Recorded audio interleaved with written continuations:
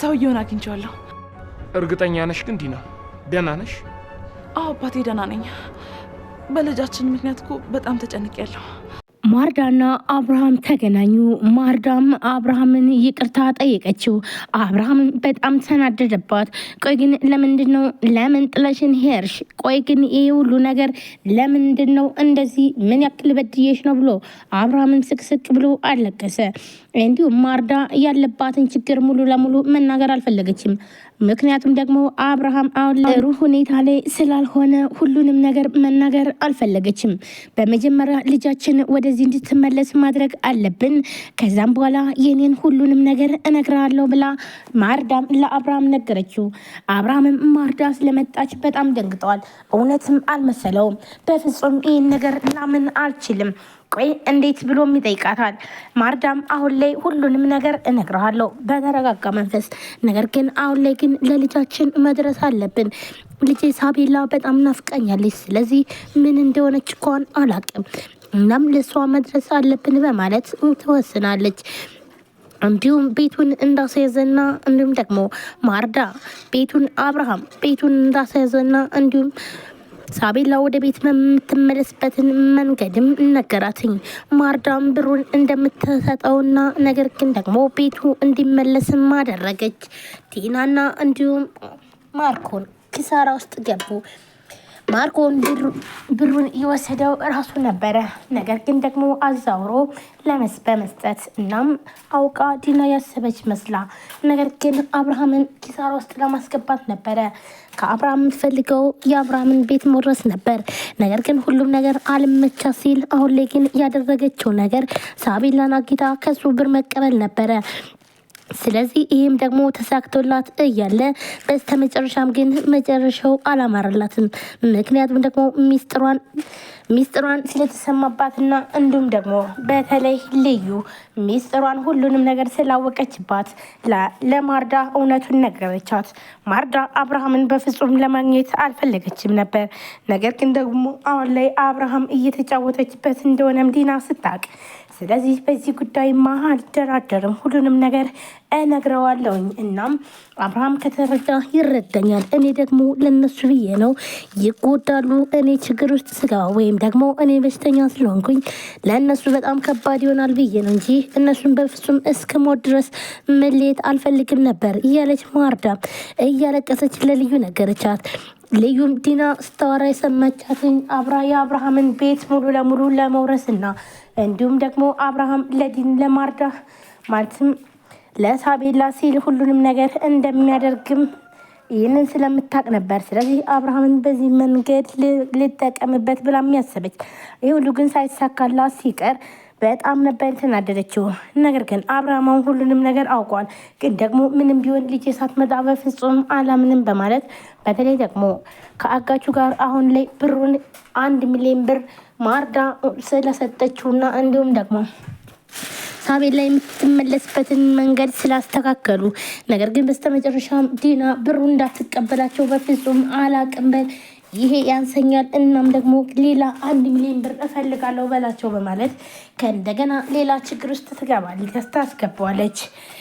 ያለያ ይሄንን ካላደረግ ልጅህን እገልልሃለሁ፣ ከዚህ ልጅህን አታገኛትም ብላም ዲናም ማስጠንቀቂያ ሰጠችው። ቆይ ግን እናንተ ሰዎች ግን ምንድን ነው የምትሉትኝ? በቃ ይኸው አገትኳትኝ፣ የጠየቁትን ብር ደግሞ ሰጥቶኛል፣ ስለዚህ በቃኝ ተወኝ ብሎ ቢልም በፍጹም ሊሰሙት አልቻሉም።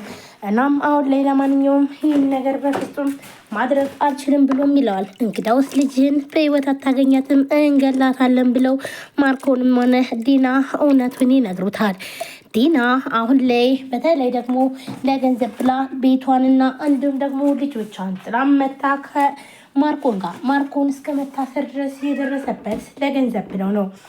ነገር ግን አሁን ላይ ግን ሁሉም ነገር በእጃችን ገብቷል። አብርሃም እያጃጃልኩኝ ባዶ መሬት ላይ አስቀረዋለሁ በማለትም ይህ በዚህ ጉዳይ ነበረ። አሁን ላይ ግን በተለይ ደግሞ ሁሉም ነገር ስለታወቀባትና ያለምንም 5 ሳንቲም ስትቀር በጣም ነበር ተበሳጨችው። ማርኮን ይኸውልሽ ከአንቺ ጋር ሁኜ እኔ መቼም ምንም ነገር አይሳካልኝም፣ ስለዚህ አንቺ ነሽ ሁሉ ነገር ያደረግሽኝ በማለት ከዲና ጋር ይጣላሉ። ዲናም እኔ ምን አደረኩኝ? በቃ የአቅሜን ለፍቻለሁኝ፣ ይሄው ሁሉን ነገር አድርጋለሁ። ስለዚህ ከአቅሜ በላይ ነው፣ ምንም ማድረግ አልችልም በማለት በጣም ተናዳለች።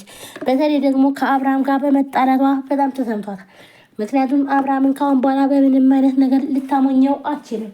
እስካሁን ድረስም ብታሞኘው፣ ነገር ግን ደግሞ አብርሃም ልዩ በተደጋጋሚ ስትነግረውም ግን ደግሞ ሊሰማ አልቻለም ነበር።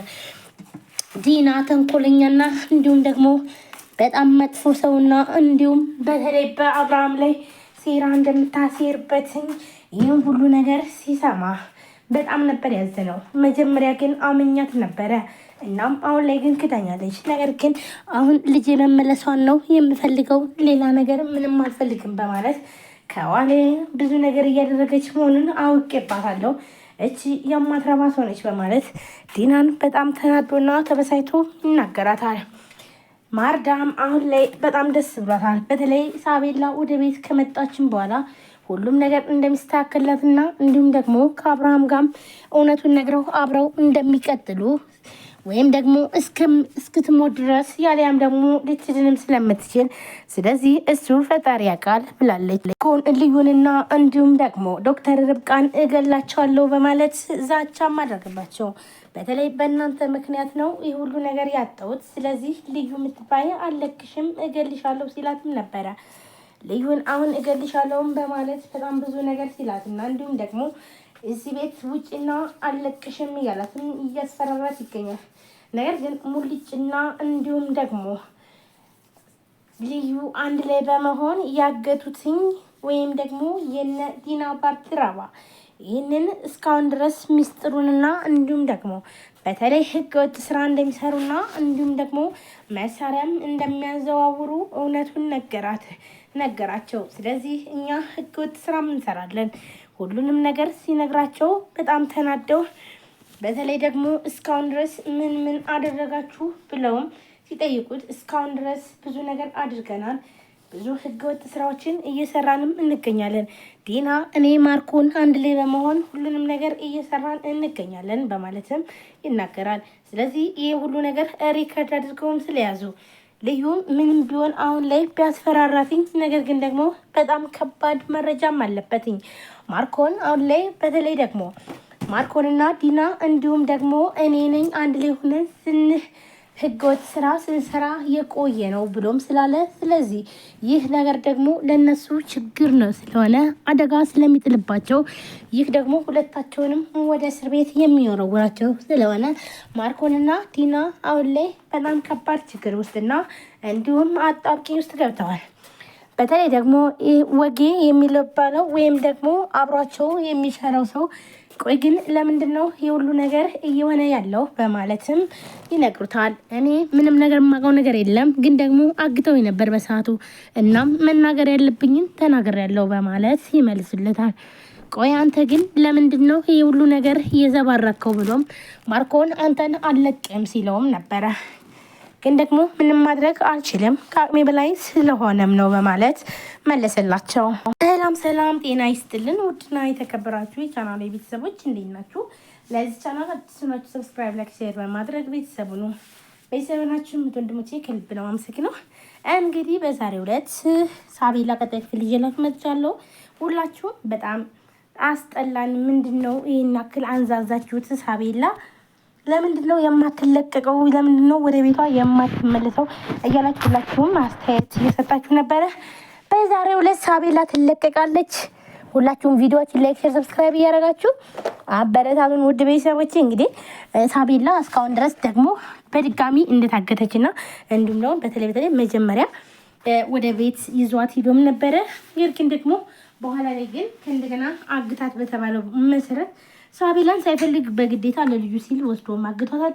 ነገር ግን አብርሃምን ብሩን እያፈላለገ ይገኛል። በተለይ ደግሞ ዲና የቤቱን ካርታ አሲዛ ብር እንድትበደርና እንዲሁም ደግሞ ለሳቤላ ልከፍል እንደሆነም አብርሃምን እያጃጃለችው ትገኛለች ማለት ነው። ነገር ግን ብሩን ከማርኮን ተቀብላ ነው እንግዲህ የምትከፍለው ማለት ነው።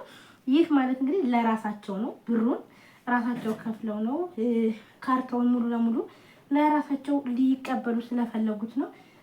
ቤቱን ሙሉ ለሙሉ ከወሰዱም በኋላ በተለይ ደግሞ ካርታውን